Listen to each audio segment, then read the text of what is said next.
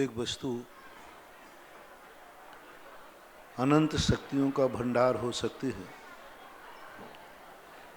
लेकिन उस भंडार का उपभोग द्रव्य के हाथ में नहीं है। जैसे बैंक के लॉकर में रखा हुआ पैसा आपका है, आप मालिक हैं, लेकिन उसका उपयोग करने के लिए मैनेजर की भी चाबी लगना जरूरी है, मैनेजर का अनुकूल होना जरूरी है, मैनेजर की प्रसन्नता होना जरूरी है।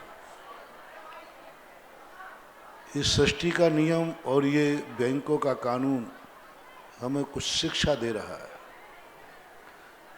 लॉकर में तुमने क्या रखा है, बैंक मैनेजर को उससे कोई लेना देना नहीं। नौकर के रखते समय तुम क्या रखते हो उसको कोई लेना देना नहीं, लेकिन मैनेजर कहता है रखने के बाद आप यदि उपयोग करोगे तो मेरी चाबी के बिना आप लॉकर तक नहीं पहुंच पाओगे। बहुत सीधा सा सिद्धांत है। आप लोगों के लॉकर बैंक में होते हैं, आप चुपचाप उसमें क्या रखवाते हैं, मैनेजर को कोई लेना देना नहीं, लेकिन जब तुम निकालने जाओगे तो मैनेजर की चाबी लगेगी, तभी आप आगे बढ़ पाओगे। उसकी प्रसन्नता, उसकी अनुकूलता के बिना लॉकर नहीं खुल सकता। जब तक वो अनुमति नहीं दे, तुम कितना भी उससे कहो साहब संपत्ति मेरी है, मालिक मैं हूं, तुम कौन हो? बोले ये प्रश्न मत कहो, बहस मत करो, मेरे बिना तुम्हारा कुछ भी नहीं निकल सकता, निकाल ही नहीं सकता। भले मैं मालिक नहीं हूं, मैं कुछ भी नहीं हूं, लेकिन मेरी अहमियत है। बस यही सृष्टि का बैंक, यही सृष्टि का भंडार, दी सेम यही नियत है। दोनों का एक ही परिणति है। अपने आत्मा का भंडार, इस सृष्टि का भंडार, अपनी आत्मा में जितनी शक्तियां, उनका मालिक मैं हूं, सब कुछ है, लेकिन निमित्त रूपी मैनेजर के बिना वो एक भी शक्ति का हम उपभोग नहीं कर सकते। बड़ी विचित्रता है। सम्यक दर्शन भी प्राप्त करना है तो उसके लिए भी हमें गुरु चाहिए। पहला सम्यक दर्शन जब होता है, प्रथमोपसम सम्यक दर्शन, पूज्यवर नेमीचंद महाराज ने लब्धि सार के अंदर स्पष्ट उल्लेख किया, सम्यक दर्शन तुम्हारा है, मालिक हो तुम, उपभोक्ता हो, तुम ही उसका आनंद लोगे, लेकिन गुरु रूपी मैनेजर की चाबी लगे बिना, देशना लब्धि के बिना सम्यक दर्शन तक तुम पहुंच ही नहीं सकते। जैन दर्शन उपादान प्रधानी है, लेकिन निमित्त का कितना बड़ा अंकुश है। उपादान प्रधानी है जैन, सब कुछ उपादान में है, किसी दूसरे से लेन देन कुछ है ही नहीं।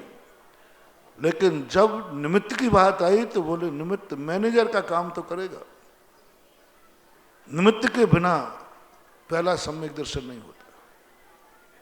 शुरुआत मोक्ष मार्ग की निमित्त से होती। जब अंत में जब मोक्ष जाने की बात आई तो मोक्ष जाने वाला सम्यक दर्शन छायक सम्यक दर्शन होता है। चलो वो सम्यक दर्शन तो मैं खुद स्वयं मालिक बन जाऊं, जब चाहूं तब प्रकट कर लूं, जहां चाहूं वहां प्रकट कर लूं। पूज्यवर नेमीचंद महाराज कहते हैं नहीं, मोक्ष जाने वाला सम्यक दर्शन भी केवली दुगे।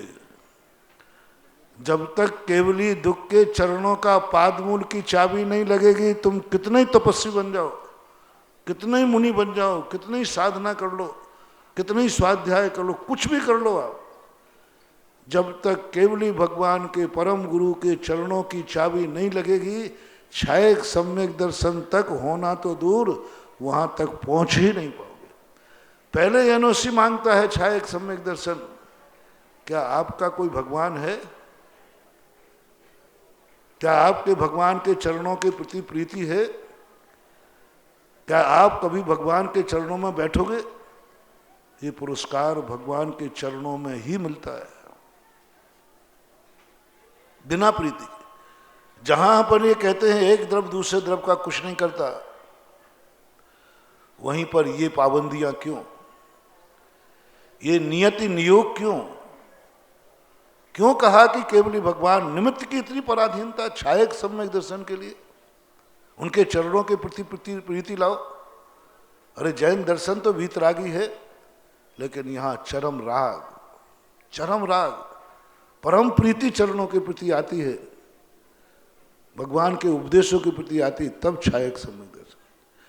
यानी मोक्ष मार्ग का पहला सम्यक दर्शन गुरु रूपी मैनेजर की चाबी के अधीन, अंतिम सम्यक दर्शन केवली भगवान के चरणों के अधीन।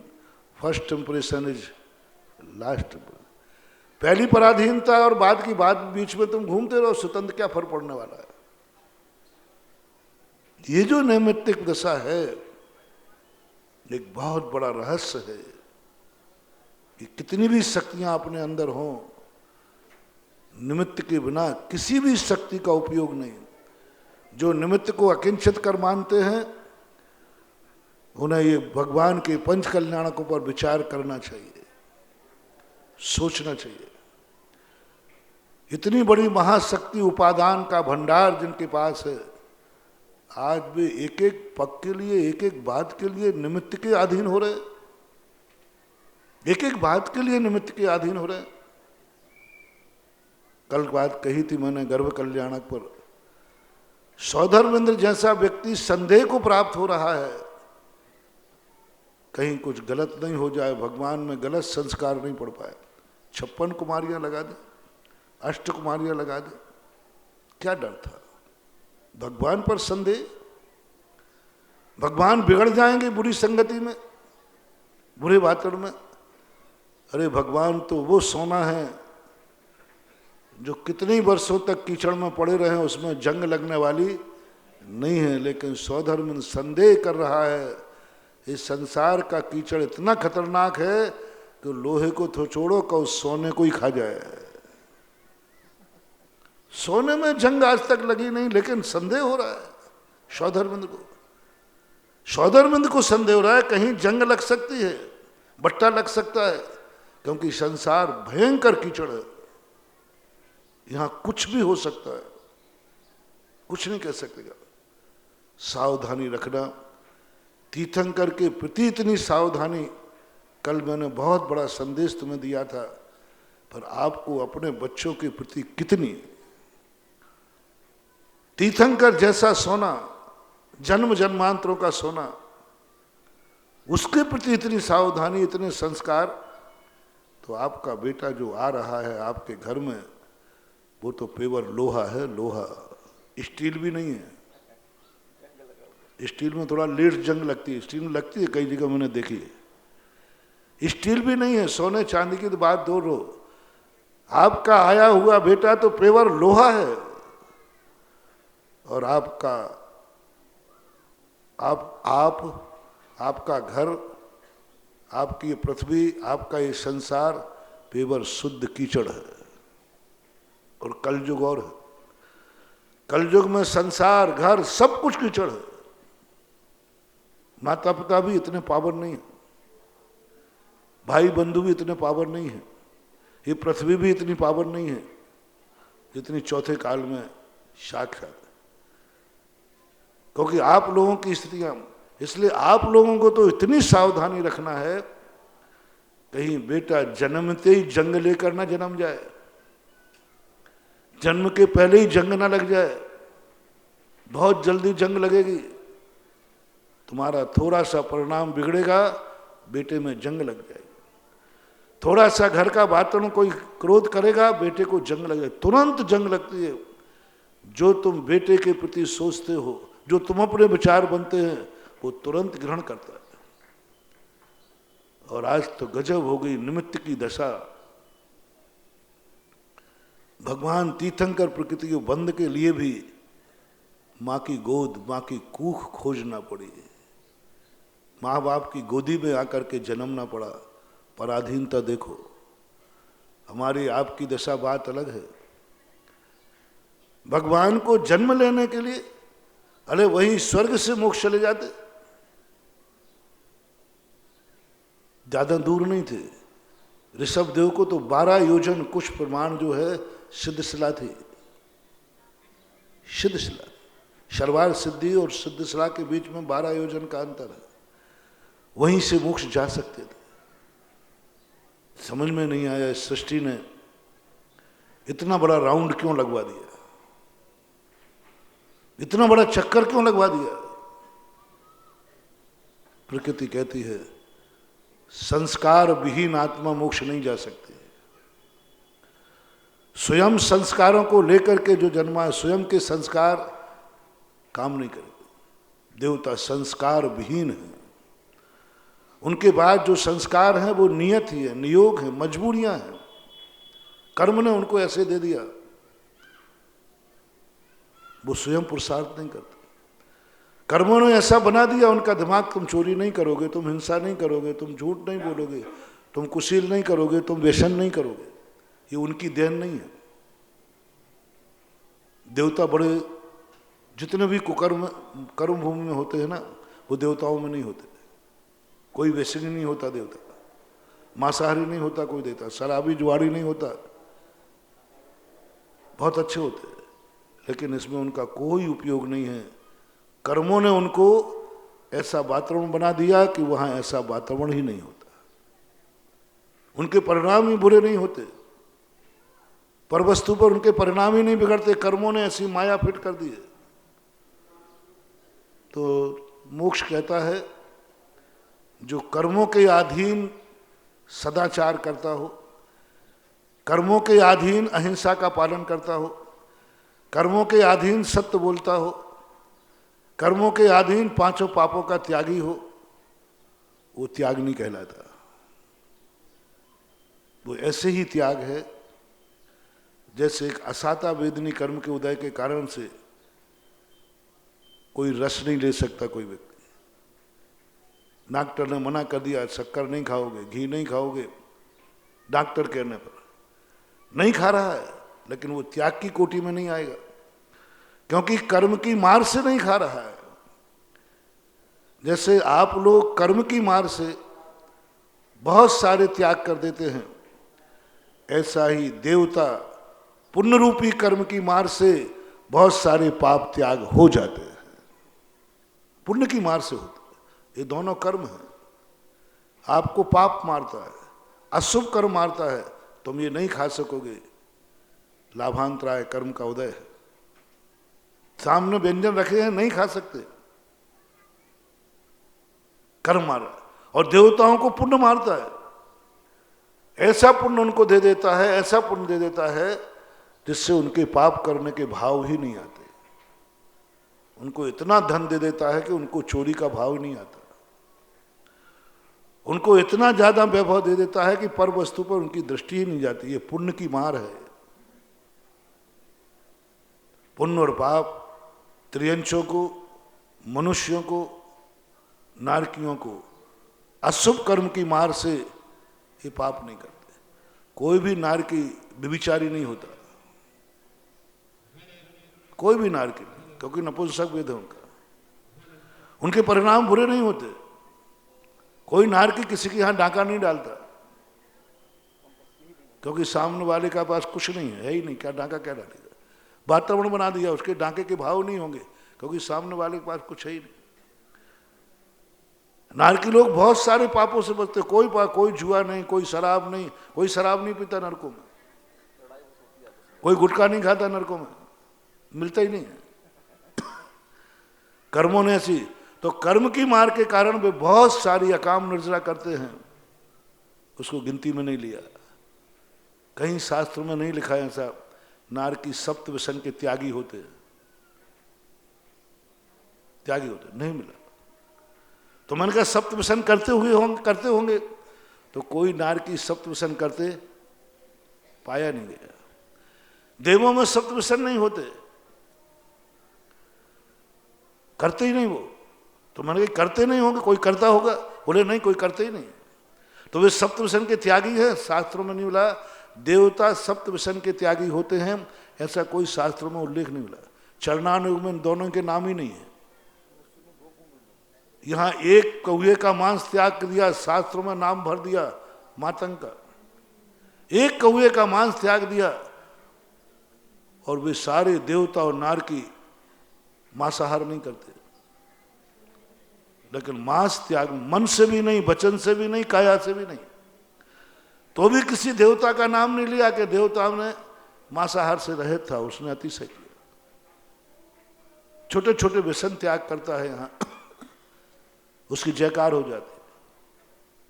अनंत चौदस को मात हिंसा का त्याग किया, देवताओं ने कमल बिछा दिए।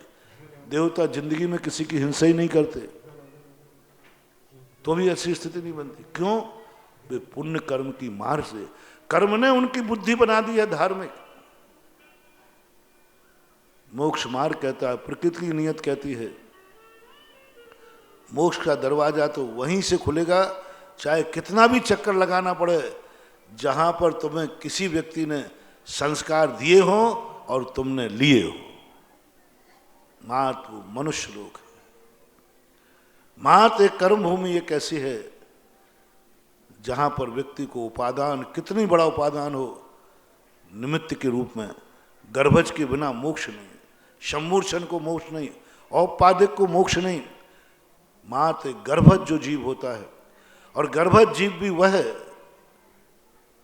जो व्यक्ति अपने उपादान को संपूर्ण रूप से मां की गोद में सौंप दे। आज भोग भूमि में नहीं, आज इतनी बड़ी शक्ति भोग भूमि से मोक्ष नहीं है, क्योंकि वहां माँ बाप को संस्कार नहीं है, माँ बाप की गोदी नहीं मिलती उनको, माँ बाप के साथ पास गोदी नहीं मिलती। माँ बाप जैसे ही बेटा जन्मता है, एक को जमाई एक को छींक आती, चले जाते हैं। जिंदगी में कोई पाप नहीं करेगा वो जीव, लेकिन धर्म भी नहीं करेगा। पापी भी नहीं है कि वो नरक चला जाए, धर्मात्मा भी नहीं कि वो मोक्ष चला जाए। क्यों? क्या कमी थी? माँ बाप का संस्कार नहीं मिला, माँ बाप ने उंगली नहीं पकड़ी, माँ बाप का मुंह नहीं देख पाया। देखो, एक माँ बाप के कारण, एक माता पिता का महत्व समझना आज इस जन्म कल्याणक के ऊपर। स्वर्गों में माता पिता नहीं, मोक्ष का दरवाजा बंद। भोग भूमि माता पिता नहीं, नरकों का दरवाजा बंद, नारकियों का सवाल ही नहीं। और त्रियंचों के माता पिता होते हैं, लेकिन वो संस्कार नहीं दे पाते। वो बेटे को बेटा नहीं मान पाते, और बेटा माँ को माँ नहीं मान पाता। बड़े होने के बाद दोनों भूल जाते, माँ का रूप नहीं देख पाते। माँ तो एक मनुष्य पर्याय है जो आज ये अहमियत दिखा रही है। जिन माता पिताओं की तुम कोई कीमत नहीं समझते, जिन माता पिताओं के जन्म लेने के बाद, थोड़े बड़े होने के बाद आप उनसे अलग होने का भाव करते, आज सुन लीजिए कान खोल करके, तीर्थंकर को मोक्ष जाने के लिए माता पिता की गोदी स्वीकार करना पड़ी। माता पिता की मात एक दस्तूर सारी दुनिया में नहीं, सब कुछ वहां है, लेकिन माता पिता का संस्कार नहीं। जब तक माता पिता नहीं मिलेंगे जिस देश में, जिस योनि में, उस योनि से मोक्ष नहीं हो सकता। माता पिता का मूल आज तीर्थंकर को भी स्वीकार करना पड़ा। माता पिता आज तीर्थंकर से बहुत बड़े हो गए, बहुत बड़े हो गए। भगवान से भी कभी गुरु बड़े हो जाते हैं। आज माता पिता भगवान से भी इतने बड़े हो गए कि भगवान माता पिता की शरण में है कि मुझे एक माँ की गोद चाहिए, नहीं तो मैं भगवान नहीं बन पाऊंगा। मैं यदि माँ की शरण स्वीकार नहीं करूंगा तो दुनिया को शरण नहीं दे पाऊंगा। आज एक ऐसा नियोगी दृश्य सर्वार सिद्धि से उतार करके, कैसा था जन्म उनका, उपाधिक जन्म। कितनी गंदगी में आना पड़ा इनको, कितने नीचे उतरना पड़ा। कौन से शरीर में आत्मा आ रही है? एक शुद्ध रिफाइंड शरीर में आत्मा थी। ये सर्वार सिद्धि का शरीर वैक्रियक शरीर होता है, सप्त कुधात्मों से रहित होता है, मल मूत्र से रहित होता है, मात्र एक वर्गणाओं से बनता है। उस शरीर से मोक्ष नहीं मिला, और एक गंदे शरीर को स्वीकार कर रहा है। ये शरीर जो है, मात पिता रज वीरज मिलकर बनी देह कितनी गंदगी से बनती है मनुष्य का शरीर, कितने गंदगी से, मल से बनता है। उसमें आने को तैयार हो गए माता पिता, भगवान योग ने कहा जाना पड़ेगा, मैं इस गंदगी में जाऊंगा, मैं पूरे 9 महीने तक मां का जूठा खाऊंगा। उसी से पलते, जन्म के बाद बड़ी देवताओं की व्यवस्था हो, ये शरीर तो उसी गंदगी से, उसी गंदगी से पलता पुसता है जिससे सारी दुनिया का पलता है। गर्भ में आते ही शरीर उसी चीज को, आत्मा उसी चीज को स्वीकार करती है, और 9 महीने तक देवताओं का भोजन नहीं चलता, देवताओं से शरीर पुष्ट नहीं होता, देवताओं के बनाए हुए शरीर में आत्मा नहीं आ सकती, नहीं आई। भगवान भी झिझक गए, अवध ज्ञान से सब जानते हैं किस गंदगी में मुझे जन्म लेना पड़ेगा।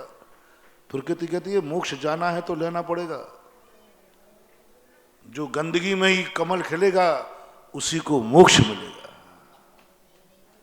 और तीर्थंकर जन्मे, 9 महीने तक मां के चर्वन से, मां के किए हुए भोजन से जो रस टपकता है उसके शरीर पर, उससे इस शरीर का निर्माण होता है।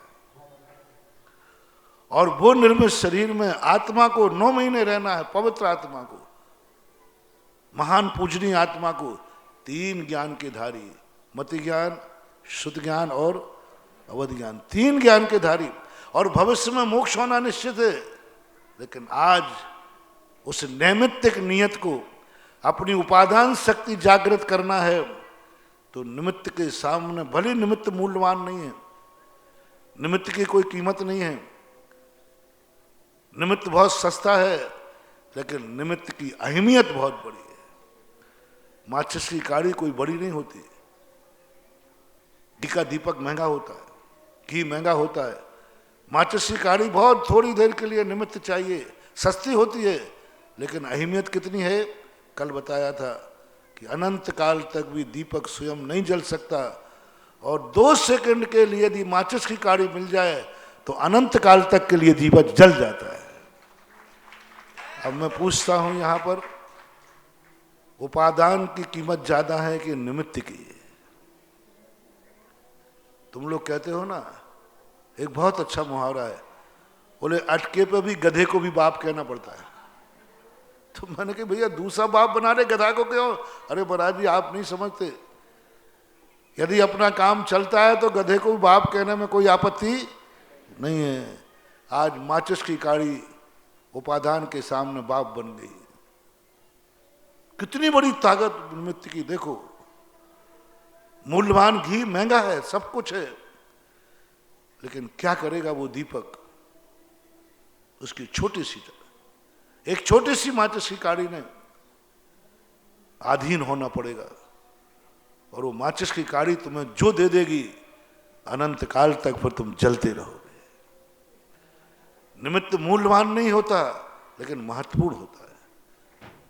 10 करोड़ की गाड़ी तुमने मंगाई, 4-5 करोड़ की जो भी आती है, सब कुछ सही है, मात्र 5 रुपए का बाल्टी नहीं है। बाल्टी कितने में, इतने में आ जाता है? क्यों भाई इतने में आ जाता? 5 रुपए 10 रुपए का 5, और 5 रुपए का बाल्टी नहीं है, गाड़ी सही है। अब गाड़ी का मूल्य कितना है? अर्थ क्रिया खत्म। निमित्त वस्तु को नष्ट नहीं करता, निमित्त द्रव्य को नष्ट नहीं करता, निमित्त अर्थ क्रिया को नष्ट कर देता है, अर्थ क्रिया को, प्रयोजन को समाप्त कर देता है। वस्तु को तो नष्ट नहीं कर पाएगा, निमित्त में इतनी ताकत नहीं है, और निमित्त वस्तु को पलट भी नहीं सकता, द्रव्य को, लेकिन द्रव्य की अर्थ क्रिया खत्म कर दी। वो बाल्टी गाड़ी को तो नष्ट नहीं कर पाएगा, लेकिन गाड़ी जिस लिए थी वह काम में नहीं। गाड़ी काहे के लिए थी? यात्रा के लिए, यात्रा नहीं करना थी। बाल्टी अपनी गाड़ी का कुछ नहीं बिगाड़ सकता, उसमें इतनी ताकत नहीं है, लेकिन वो कहता है मेरे बिना इसकी अर्थ क्रिया नहीं होगी। प्रत्येक पदार्थ की अर्थ क्रिया जो प्रकट होती है वो निमित्त से होती है, और अर्थ क्रिया नष्ट होती है वो निमित्त से होती है। निमित्त विद्रूप हो जाए तो अर्थ क्रिया बदल जाएगी, और निमित्त अनुकूल हो जाए तो रब्बे की अर्थ क्रिया अपने लिए सारा भंडार है, यदि वो प्रयोजनहीन है तो क्या काम का। गाड़ी है 4 करोड़ की लेकिन कोई प्रयोग में नहीं आ रही है तो क्या, मैं तो बाल्टियों के अधीन नहीं होगा, तो खड़ते सारे निमित्त कुछ नहीं कर पा रहे। आज भगवान ने कहा मेरे माता पिता के बिना मेरी अर्थ क्रिया, मेरी ये साधना, मेरी ये तपस्या निष्फल है। मेरा ये परम औदारिक जो वैक्रियक शरीर है ये भी निरर्थक है। और उन्होंने निमित्त मूलहीन था लेकिन निमित्त की अधीनता स्वीकार की, और उस निमित्त की अधीनता स्वीकार करके आज त्रिलोकीनाथ जगन का पालनहारा एक गोदी में आकर के जन्म गया। कोई साधारण शक्ति ने जन्म नहीं लिया, महानुभाव, नियुक्त किया, लेकिन गंदगी में जन्म लिया, गंदे पेट में जन्म लिया, गंदे भोजन से शरीर बनाया। लेकिन चमत्कार देखो, भगवान ने अपना करिश्मा दिखा दिया। मुझे कितनी भी गंदगी में डाल देना, मेरे में एक ऐसा गुण है कि उसके बाद भी मैं गंदा नहीं होऊंगा। गजब की बात, शरीर गंदगी में जन्म लिया, उनकी आत्मा ने लिया जन्म। शरीर भी 9 महीने तक गंदगी से पला, उच्छिष्ट भोजन से शरीर को ताकत मिली, मां के खाए हुए भोजन से शरीर ने भोजन किया। क्या गजब का रिफाइंड मीटर है तीर्थंकर के पास, मात्र एक ही तीर्थंकर के पास है मीटर, एक मशीन है इनके पास जो हर गंदगी को पवित्र कर लेती है। कोई दुनिया का नहीं कर पाया। इसलिए हर बालक जब जन्म लेता है शूद्र होता है, अछूत होता है। कौन छूता है उसे? कौन छूता है? जो आप लोगों के यहां सबसे निम्न प्रकार के लोग माने जाते हैं वो छूते हैं। जिसके जन्म लेते ही पूरे घर को सूतक लग जाता है। जिस मां को जन्म देता है ये दुर्भागा 45 दिन तक उसे भगवान और गुरु से अलग कर देता है। कितना बड़ा पाप होता है तुम लोगों से जन्म के समय।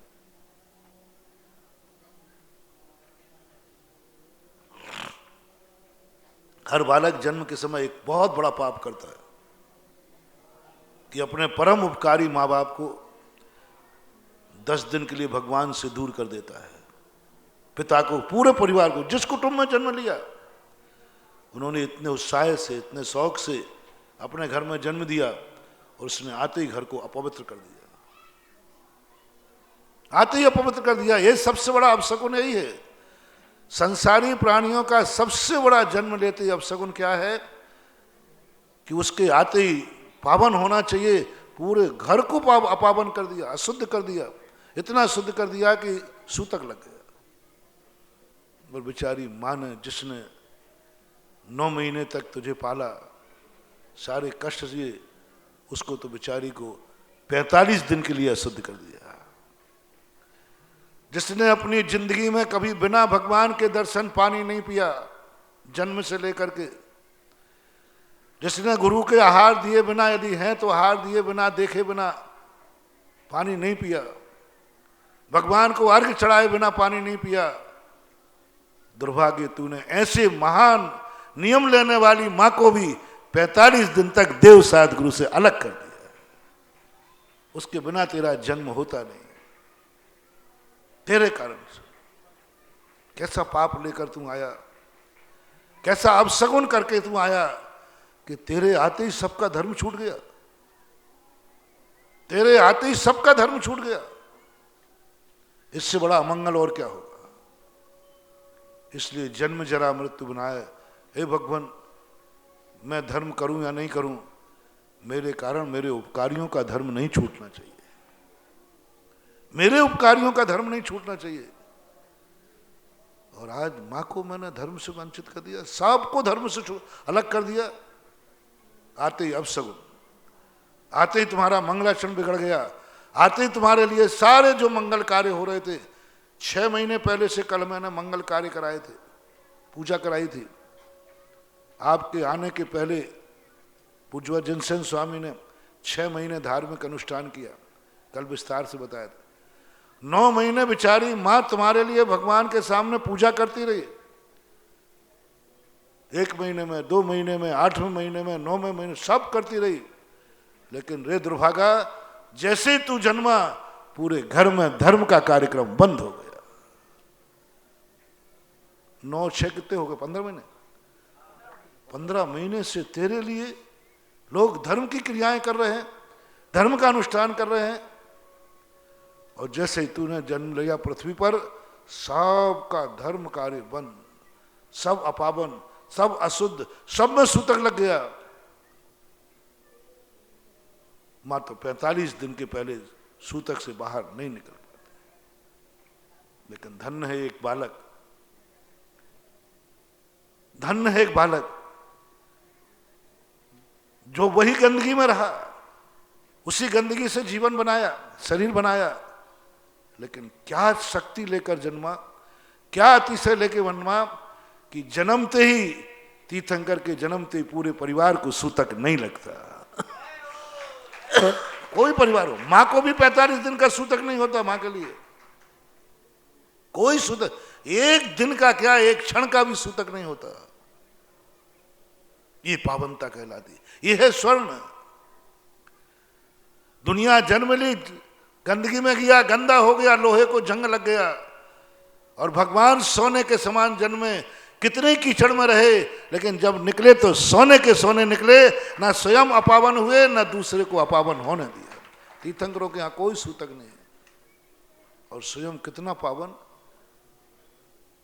अपन सब लोग ने जन्म लिया, पहले कोई नहीं छूता तुम्हें, छूते ही नहीं कोई, इतने गंदे होते हो तुम, जिन्हें तुम अलग क्वालिटी के लोग होते हैं।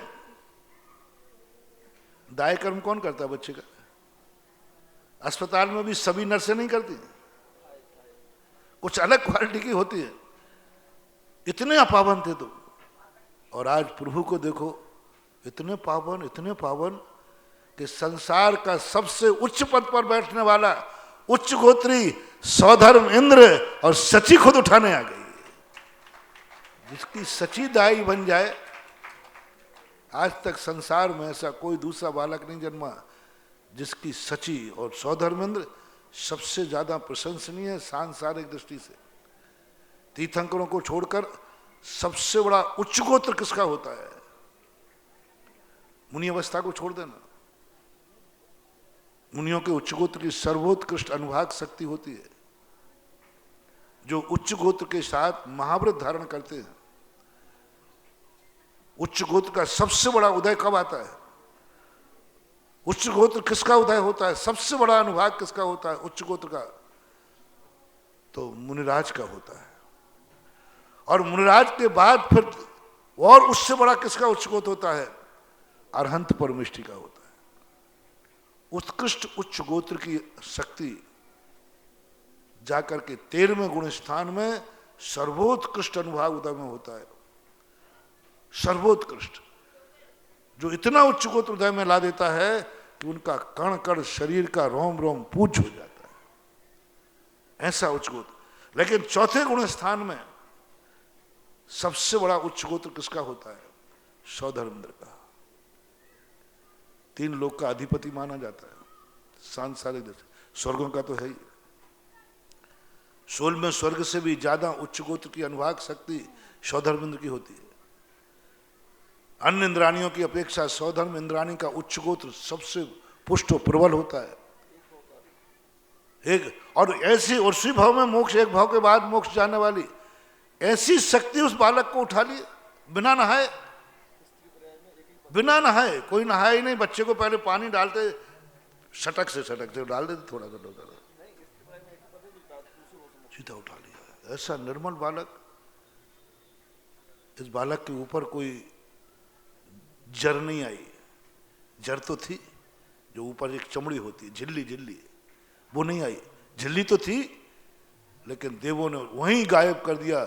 56 कुमारियां जब माता जन्म लेती है, गर्भ में जन्म बच्चा आता है, ये सब माँ की पेट में घूमती रहती हैं, माँ के पेट में घूमती रहती हैं।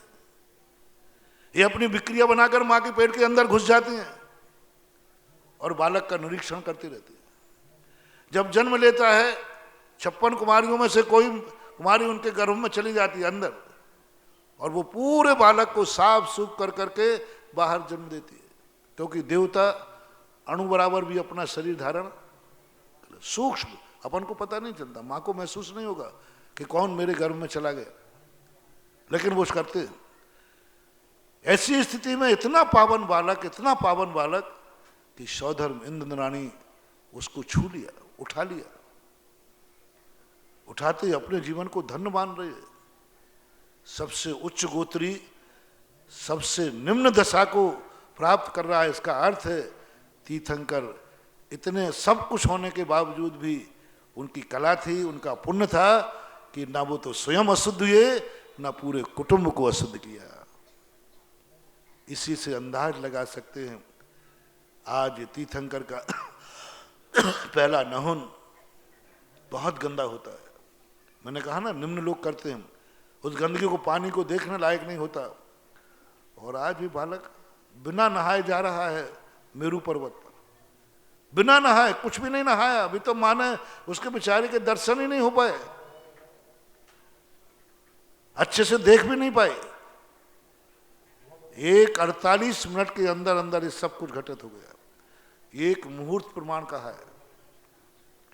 बालक के जन्म के बाद एक मुहूर्त तक ही बालक मां की गोदी में पास में रहता है, और आते ही बालक चला गया। और कहाँ ले जा रहे हैं?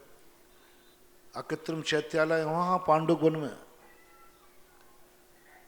अकृत्रिम चैत्यालय है पांडुक वन में, वहां ले जाएंगे तुरंत के जन्मे बालक को, वहां अभिषेक करेंगे, और इसका जहां पानी जो है पूरे मेरू पर्वत पर बिखरेगा जन्म के बालक को। ओह, आज यहां बहुत बड़ी पावनता। आप लोगों को सांसारिक दृष्टि से मैं कह रहा हूं कि तुम लोग अपने सांसारिक मंगल करने के लिए, सांसारिक कार्य करने के लिए, सांसारिक सुख समृद्धि के लिए कभी जन्म का अभिषेक मत छोड़ना। जिनको मोक्ष जाना है वे कभी अपने श्रावक कुल में हैं। पद्मनंदी महाराज पंचविंशतिका में कहते हैं, नित्य प्रतिदिन जिनका मस्तिष्क जिनेन्द्र देव के गंधोदक से पवित्र होता है वही मोक्ष मार्गी होते हैं, ग्रस्त होते हैं, उससे समृद्धि बनती है, मोक्ष मार्ग प्रस्तुत होता है, मोक्ष मार्ग। लेकिन जन्म के कल्याण का अभिषेक क्या हम नहीं लगाएंगे? जन्म कल्याण का अभिषेक हमें तो संसार मिटाना है, संसार हमें त्यागना है, हम तो पाप और पुण्य की संपदा को भी ठुकराना है। हमें पाप का उदय नहीं, पुण्य के उदय में मेला हुआ वैभव भी नहीं, प्रतिमाधारी नहीं लगाएगा गंधोदक, क्योंकि जैसे व्रत आते हैं तैसे मोक्ष मार्ग चालू हो जाता है। यदि आपको संसार मिटाना हो, घर गृहस्थी मिटाना हो, मुझे संसार छोड़ना है, मुझे परिवार नहीं चाहिए, मुझे दुकान व्यापार नहीं चाहिए, मेरा धंधा पानी नहीं चाहिए, मुझे बच्चे पढ़ना लिखना नहीं चाहिए, कुछ नहीं चाहिए संसार में, तो फिर तुम जन्माभिषेक में मत जाना है, जन्माभिषेक के कार्य मत करना। लेकिन अभी तुम्हारा मोह जिंदा हो कि नहीं, मेरा व्यापार अच्छा चले, मेरे पास मकान हो, मेरे बाल बच्चों का धंधा अच्छा चले, मेरे बाल बच्चे अच्छे पढ़ाई करें, मेरे रिश्तेदारों में कोई बीमारी ना हो, मेरे घर परिवार में कोई बीमारी ना हो, ऐसा कार्य यदि तुम्हें करना है।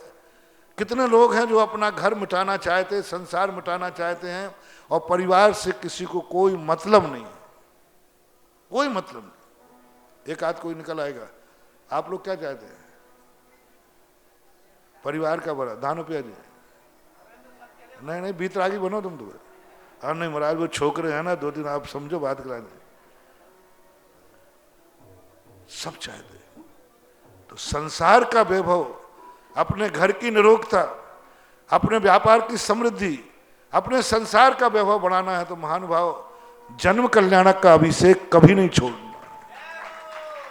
जब जब तुम्हें जन्म कल्याणक का मौका मिले, आप पुरुष हैं तो मत संकोच करना, मत देखना 1000-500 रुपया, मत देखना कि धोती दुपट्टा पहनना पड़ेगा, ये ना जाने तुम्हारे लाखों करोड़ों रुपया बचा देगा। न जाने तुम्हारे कौन सी बीमारी में यह संस्कार आ जाएगा। आज जो देवता लोग हैं, और गंधोदक के संबंध में नियोग नहीं मिला, लेकिन आज का गंधोदक प्रत्येक देवता लगाता है। इस गंधोदक में बताते इतने गंधोदक बह जाता है कि वो तैर जाते हैं, और एक एक बूंद गंधोदक मिलता है। लेकिन एक भी देवता ऐसा नहीं रहता चतुर निकाय का जो आज का अभिषेक नहीं देखे। मैंने नंदीश्वर द्वीप को थोड़ा गौण कर दे, ऐसा कोई उदाहरण नहीं पड़ा जो अभिषेक सारे देवता देखते हो। सारे देवता एक साथ किसी भी अकृत्रिम चैत्यालय में नहीं जाते। नंदीश्वर का एक अपवाद है, उसमें भी चारों निकाय के देव अलग अलग मंदिर में अभिषेक करते हैं, 4 दिशाओं में। चारों निकाय के देव एक साथ किसी भी मूर्ति का अभिषेक नहीं देखते। नंदीश्वर द्वीप में चारों दिशाओं में अलग अलग भवनवासी, व्यंतर, ज्योतिष अलग अलग चारों निकाय कभी नहीं देखते। मात्र एक जन्म कल्याणक का अभिषेक होता है जिसमें चारों निकाय के देव एक साथ आते हैं और एक साथ देखते हैं। और कोई अभिषेक नहीं है, करते सब हैं अभिषेक, अपने अपने मन से कर लेते हैं जैसा। लेकिन चारों निकाय आज मेरू पर्वत पर इकट्ठे होंगे और वहां पर चारों निकाय के देव एक साथ एक टकी लगाकर मैं देव और इंद्रों के स्वर्ग खाली जैसा हो जाता है। मूल शरीर नहीं आता, विक्रिया आती है। लेकिन अब दूसरी विक्रिया भी सब छोड़ देते हैं। जब भगवान का जन्माभिषेक होता है उस समय देवता अन्य विक्रिया नहीं करते, मात्र एक ही विक्रिया होती है मेरू पर्वत की। 2 बार ऐसा मौका आता है देवताओं को जो अन्य विक्रियाएं नहीं करते। एक तो अष्टान का पर्व आता है कि मात्र सभी देवता नंदीश्वर की ही विक्रिया करते हैं। कुछ नियोगी विक्रियाएं छोड़कर किसी तीर्थंकर का जन्म हो जाए, पंचकल्याणक हो जाए, वो बात अलग है। लेकिन अपने शौक से, अपने मौज मस्ती के लिए कोई विक्रिया नहीं करते। और एक जब भगवान का जन्म कल्याणक महामस्तकाभिषेक होता है उस समय देवता अपनी स्वेच्छा से नियोगी क्रियाओं को छोड़कर कोई भी क्रिया नहीं करते। सबका एक ही लक्ष्य होता है, कहाँ चलना है? मेरू पर्वत पर भगवान का जन्माभिषेक पर। और एक टाक असंख्या देवता आकाश में स्थित होकर देखते हैं। और गंधोदक जब आता है एक बूंद एक देवता को मिलता है। अपन सोचते हैं इतने बड़े बड़े कलश क्यों ढाले जाते हैं? इतने बड़े बड़े कलश इसलिए ढाले जाते हैं क्योंकि गंधोदक उतना चाहिए, खपत उतनी है। इतने बड़े बड़े कलश ढालने पर भी एक एक बूंद गंधोदक देवताओं को मिलता है और वे अपने माथे पर लगा करके अवभाग्य मानते हैं। इसलिए ये जन्म कल्याणक का महोत्सव। और इसमें देखिए जन्म के बालक को लेकर और जन्म के बालक के पहले पूरे स्वर्गों में ढिंडोरा पीटता है, पूरा जलूस निकालता है और पूरे देवता जलूस में साथ चलते हैं। शॉर्टकट नहीं, चाहते तो सारे देवता शॉर्टकट से सीधे मेरू पर्वत पर पहुंच जाते, क्योंकि मेरू पर्वत स्वर्गों से पास ही में है, एक बाल का अंतर है। मेरू पर्वत और स्वर्ग के विमान के बीच में एक बाल का अंतर है। वो वहीं के वहीं शामिल हो जाते नहीं, पूरे चारों निकाय के देव जलूस में शामिल होते। पूरा जलूस चलता है, पूरा एक देवता शॉर्टकट से नहीं जाता। आप लोग तो क्या करोगे? अब महाराज भगवान लौट के तो यहीं आएंगे, तो कई लोग तो यहीं बैठे रहेंगे, यहीं तो लौट के आएंगे भगवान। उनको महत्व पता ही नहीं है कि भगवान के साथ जलूस में चलने का क्या महत्व होता है। भगवान और गुरु के साथ जलूस में चलने से हो सकता है तुम अवभाग्य मान के चलो तो कहो जिंदगी में क्या जन्म जन्म तक तुम्हें पैरालिसिस ना हो, पोलिया नहीं हो, क्योंकि कभी तुम भगवान के साथ चले थे। इन पैरों का उपयोग प्रभु के जलूस में लिया तुमने। इन पैरों का उपयोग अपने सुख में, अपने महोत्सव में, अपने लिए तो दुनिया करती है, लेकिन इन पैरों का उपयोग भगवान के जलूस में, इन पैरों का उपयोग गुरु के विहार के साथ, इन पैरों का उपयोग गगन बिहारी पार्श्वनाथ पद यात्रा में किया। ओह, मैंने कहा था ना कि पिछली पद यात्राओं में ना जाने कितनों के गोड़ों के दर्द दूर हो गए भगवान के साथ पद यात्रा करने में। अपने लिए तो अपन लोग पैरों का प्रयोग खूब करते, लेकिन कभी इन पैरों का उपयोग प्रभु के साथ बिहार में जब भी रथ यात्रा हो, मैं तो हमेशा कहता हूं, चाहे वो वार्षिक रथ यात्रा हो चाहे बड़ी हो, भगवान जैसे ही रथ में उठे, तुम्हारे कदम जब ही रुकना चाहिए जब भगवान रथ से उतर जाए। भगवान तो रथ पे रहते हैं, भगवान विहार करेंगे तुम्हारे बिजोलिया नगर में, और कुछ लोग यहीं बैठे रहेंगे। वे सावधान रहें, उनको घोड़े का दर्द और हो सकता है जन्म से पोलियो, हो सकता है पैरालिसिस हो जाए, तो मेरी जिम्मेवारी नहीं है, क्योंकि तुमने इतने प्रमादी हो गए कि भगवान तुम्हारे नगर में जा रहे हैं और तुम यहां बैठे रहोगे। तुम्हारा प्रभु तुम्हारे गांव में घूम रहा है, तुम बैठे रहोगे। देवता, सारे लोग देवता अपनी विक्रिया करके विमानों से निकलकर सौधर्मिंद के साथ जो वाहनों का वर्णन किया, समय ज्यादा नहीं है, तो वाहनों का जो वर्णन किया वो दंग रहता था, कौन देवता किन किन वाहनों से, और लाइन लगी हुई है। और अभी भगवान अकेले नहीं जाएंगे, सौधर्मिंद को ऐरावत हाथी लाने की क्या जरूरत पड़ी थी, जुलूस निकालने की क्या जरूरत पड़ी थी।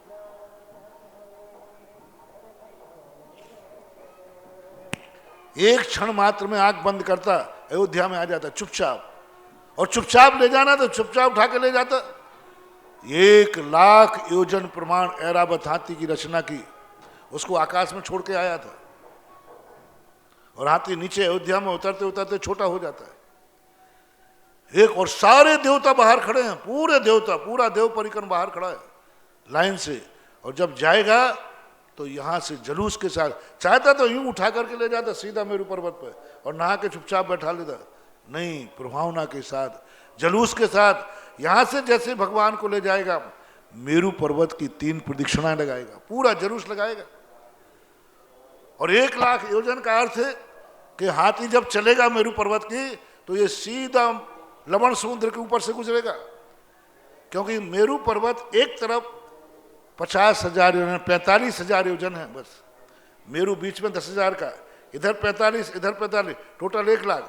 तो जब परिक्रमा लगाएगा तो ऐरावत तो 1,00,000 योजन का है, तो आधा समुद्र के ऊपर से निकलेगा, यानी पूरे जम्बू द्वीप की, लवण समुद्र की ऊपर से पूरे देवता 3 प्रदक्षिणा लगाएंगे।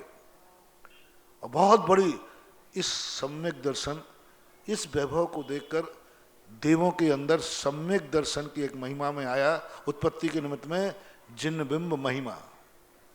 देवताओं के जिन बिंब दर्शन नहीं कहा, जिन महिमा कहा। जिन महिमा क्या है?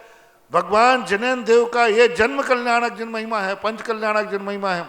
मिथ्या दृष्टि देव सौधर्मेंद्र को जन्म के बालक को लेकर देख करके, अरे इतना बड़ा शक्ति सौधर्मेंद्र इस बालक को उठा रहा है, इसका अर्थ है बालक कोई साधारण शक्ति नहीं है, ये बालक कोई महान शक्ति है। और उस बालक को देख करके मिथ्या दृष्टि देव सम्यक दर्शन को प्राप्त हो जाते हैं।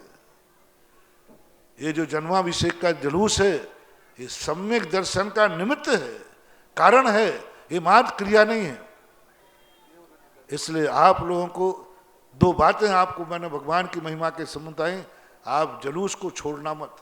भगवान जब से उठें जब तक बैठे, यही मत सोचना कि यहीं के यहीं आ जाएंगे, भगवान आएंगे लौट के यहाँ आएंगे, लेकिन आपको उनके साथ चलना है। जब देवता, कुबेर, ईशान, सनत कुमार, मायंद, इनका कोई काम, महाराज जी हमारा काम क्या है, हमारा काम क्या है बताओ। तो मैं पूछता हूं, जो इतने देवता पीछे से आ रहे हैं, इनका काम क्या है? हर लोग व्यक्ति पता नहीं क्या एक नीति हो गई, हमें क्या लाभ है इससे? भगवान का अभिषेक कौन करेगा? बोलो भाई, सौधर्म। प्रक्षाल कौन करे, मार्जन कौन करेगी, श्रृंगार देवी।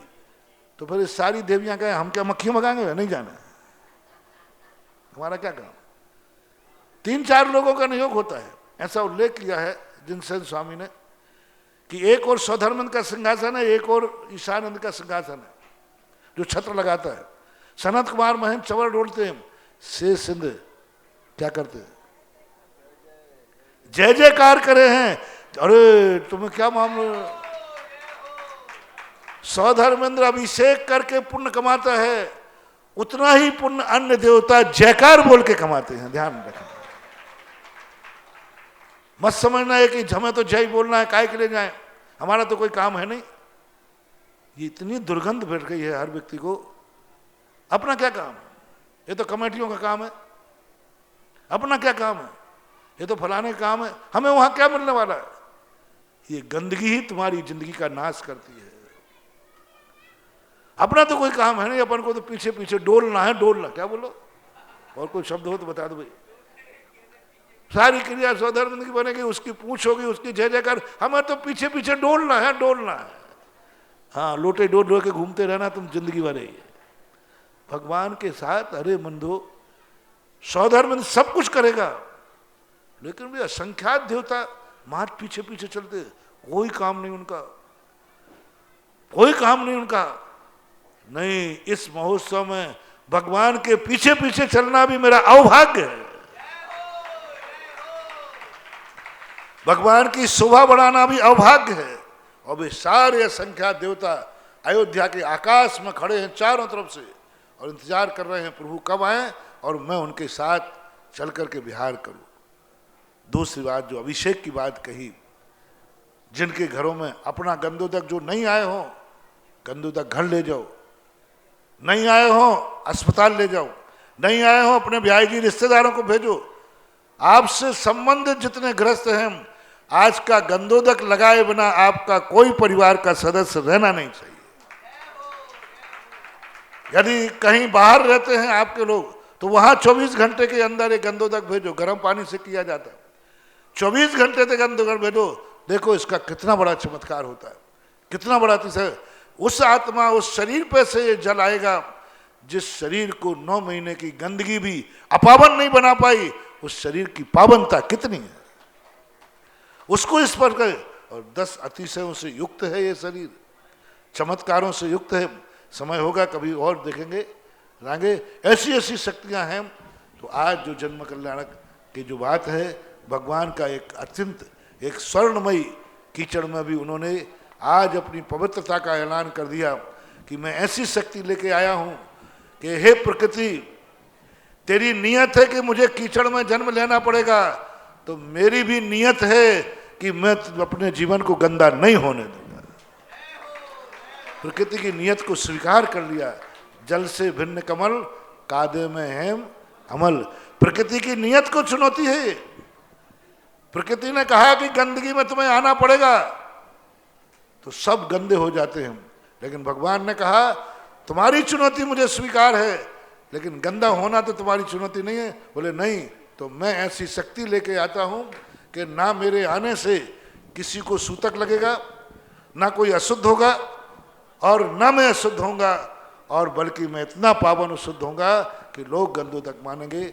आपका समय पूर्ण हो गया। महावीर भगवान की जय।